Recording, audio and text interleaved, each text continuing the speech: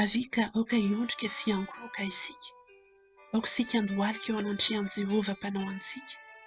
Fa izy no Andriamanitsika ary olona fiandriny sy ondry tandremany isika.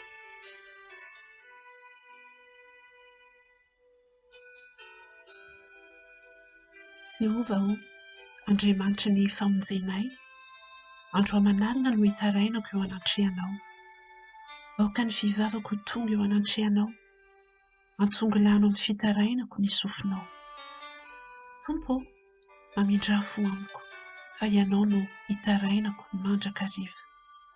Fa Ianao Tompo no tsara sady mamela heloka, ary be famindrampo amin'izay rehetra miantso anao.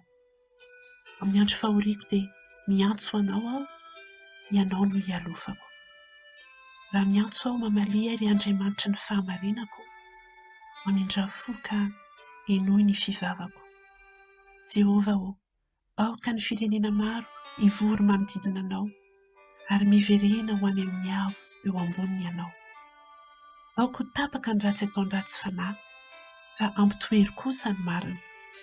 Ianao no fiarovana avo ho an'ny mahantra, ho fiarovana amin'ny andro fahoriana, ary hatoky anao izay malala ny anaranao, fa tsy fonao izay mitady anao.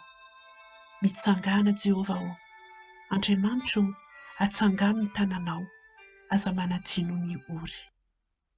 Dia mianoa ny an-danitra foninanao ianao, ka mamela heloka, ka omeo ny olona araka ny alehany rehetra.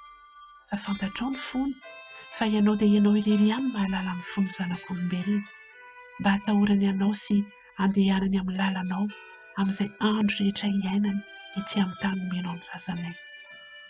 Fa raha izao kosa dia ny famindramponao no itokiako, ho faly amin'ny famonjenao ny foko, fa eo aminao no misy ny famelan-keloka.